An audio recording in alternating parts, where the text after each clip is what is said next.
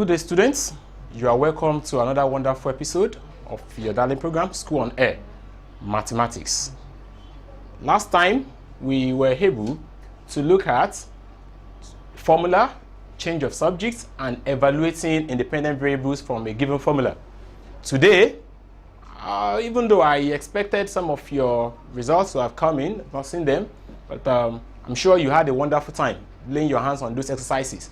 However, today we are looking at something else on variation. Now, what is variation? Variation defines the relationship that exists between two or more variables. I talked about variables in the last episode, which are independent items that you have in a given formula or in a given relationship. It deals with how quantity varies with one another.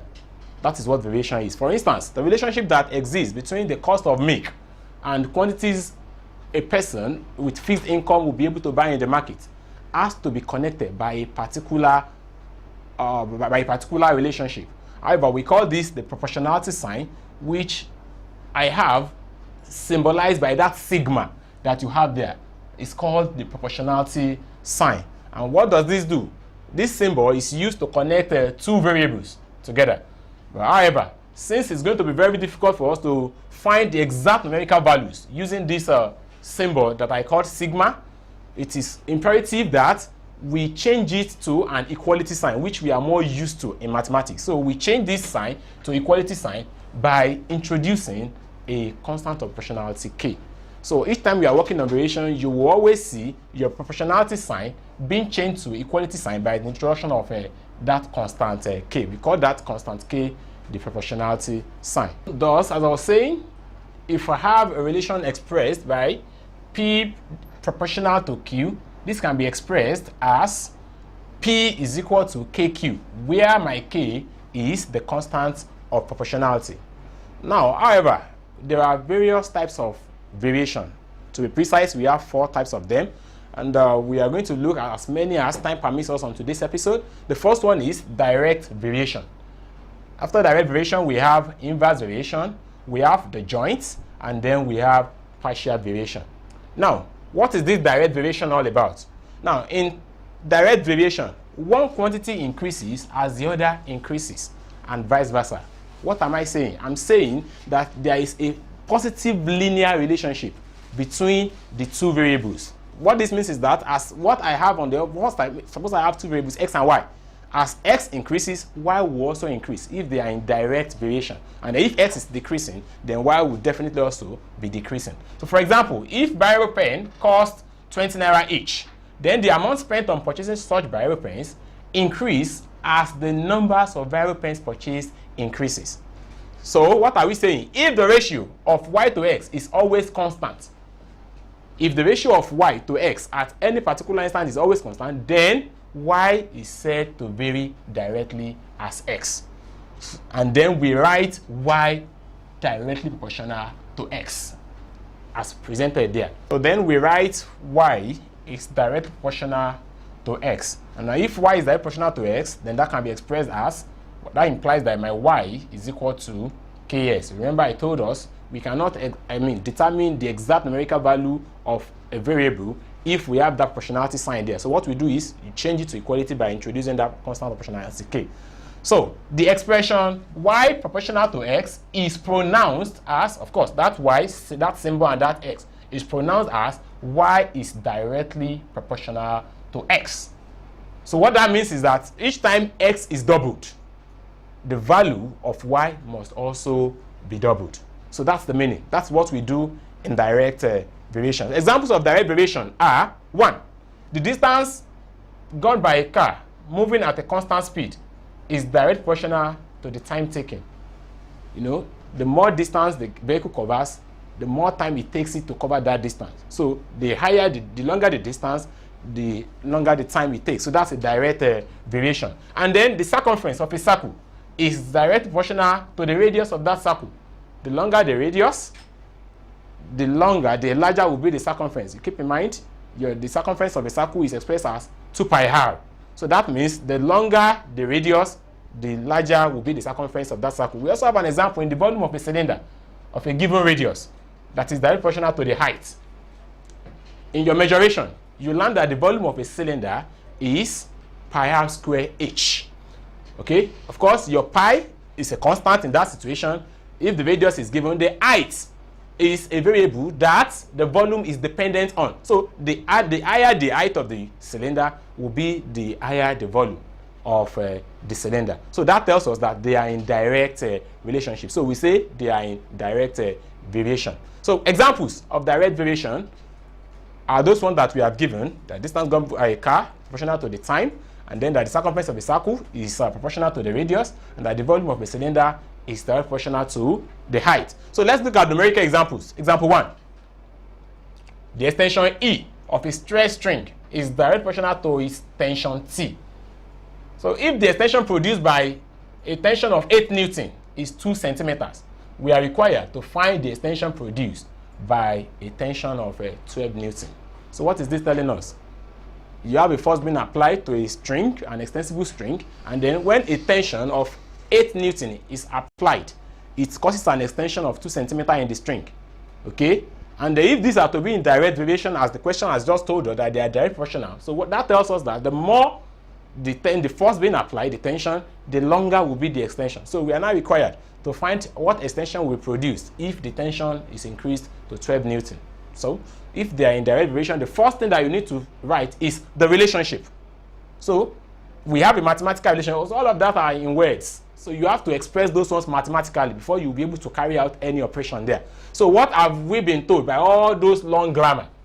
They said the extension E, blah, blah, blah, direct proportional to tension T. So all of that means what? E, which is my extension, proportional to T. That's the statement. But like I told us, you can't be able to evaluate anything if you still have that proportionality sign there. So what you do is, you change this proportionality sign to equality sign. By doing what? I'm sure you should know by now that you introduce K, so that your E will be equal to KT, just like we have here. Your E is equal to KT. Now, we are told that initially, when T equals 8, your E is equal to 2. So what that tells us is that your 2, which is E, is equal to 8K. Then K will be equal to 2 over 8, which ends up giving us a 1 over 4. Now, if we know that K is 1 over 4, there is one need required of us to state the relationship that actually exists between E and T. So by the time we put in what the value of K is, we end up having our E being equal to T over 4. And then if we have that, then we will be able to evaluate what E is when T will be 12. So when T equals 12 Newton, then we can just put the value of T in the relationship that exists between the two of them, such that we have E being equal to 12 over 4, and then we will be able to conclude that the extension that 12 Newton will give us is 3 centimeters. I hope that is clear. Okay, so if that is so, let us look at another example. This one is saying that the cost of electroplating a square tray varies as the square of its length. Then the cost of a tray, 8 centimeters square, is 15 naira, and then we have to find the cost of a tray 1 centimeter square. So like I told you earlier, by the time they give us all of these stories, the mathematician will break it down and give you the mathematical illustration of what is given. So what are we to suppose we are dealing with C, which is the cost of electroplating, and then we are dealing with the length, the square of the length. So what do we have? So the expression gives us what? C is directly proportional to L squared, because we are dealing with the square of the length. So if your L is length and then your C is the cost, so we have your C being proportional to L squared. And so that means if I change the proportionality sign to equality sign, we end up with C is equal to what? KL squared. Now we are told that when L is 8 centimeters, the cost is 15 naira. And then so what that means is that my 15 naira is equal to what? 64K. And then I will be able to evaluate what the value of K is there. Of course, that will give us K equal 15 over 64. That is when you divide both sides of the equation by 64. So if that is true, K is 15 over 64, then it is required of you, please, in any examination, when you are dealing with variation, after evaluating the value of K, you must, it is a must, it is demanded of you that you write the relationship that exists between the two variables. So I will now write the relationship between C and L now is what? Putting the value of K in there, such that I will have my C being equal to 15L squared over 64.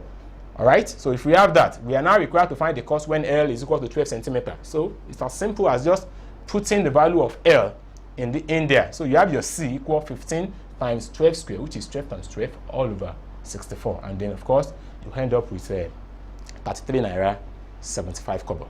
And then we'll move to inverse variation. I was saying inverse variation is just as simple as direct variation. The only difference is that we have a negative linear relationship. As one is increasing, the other one decreases. So as y increases, x decreases. So we look at this expression and say that y is said to be inversely proportional to x in this case. So you have your y being, inversely related with 1 over x there. So the equation connecting x and y in this case will be your y being equal to k over x by the time you introduce your k, your constant proportionality.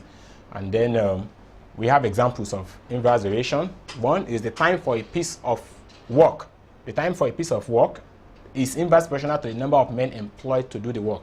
If you are supposed to clear a particular portion of land, if the time it will require 4 men to do the work will be different from the time it will require only 1 man to do the work. So there is a negative relationship between the work piece and then the time required. And then the volume of a gas at constant temperature is inversely proportional to the pressure. I'm sure physics students will be very, very exciting with, they will be full of excitement over this one because this is one of the laws in physics, and which, of course, is a statement of fact that the volume of a gas at constant temperature is inversely proportional to the pressure. That is, the higher the pressure of a given gas, the lower will be the volume of that gas. And then we have another example, which is the length of a rectangle of constant area is inversely proportional to the breadth. If we have a fixed area and then the length is given, the breadth is given. If the length is growing longer, definitely the width will be growing shorter if the constant area is to be maintained.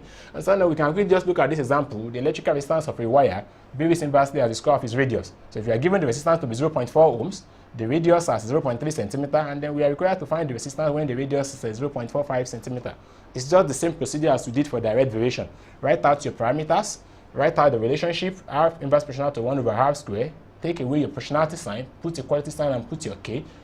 That gives you R is equal to K all over, your capital R being equal to K over small r squared. And then when capital R equals 0.4, your small r equals 0.3.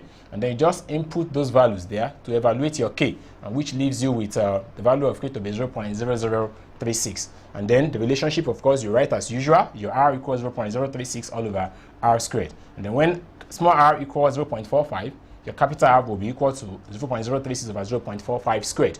And then you will be left with what? 0.18 ohms. So that's just about it as far as inverse variation is concerned. We won't be able to proceed further today because of our time, but then I won't just leave you like that. Let me give you some exercises to work with.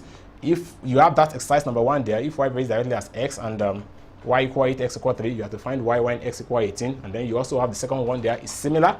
It's also a direct variation. And then, well, let me just leave you at that. You should be able to lay your hands on this one and work effectively. And I hope when next I come, I will have interesting results to deal with. Thank you, and I wish you a pleasant time as you practice these exercises.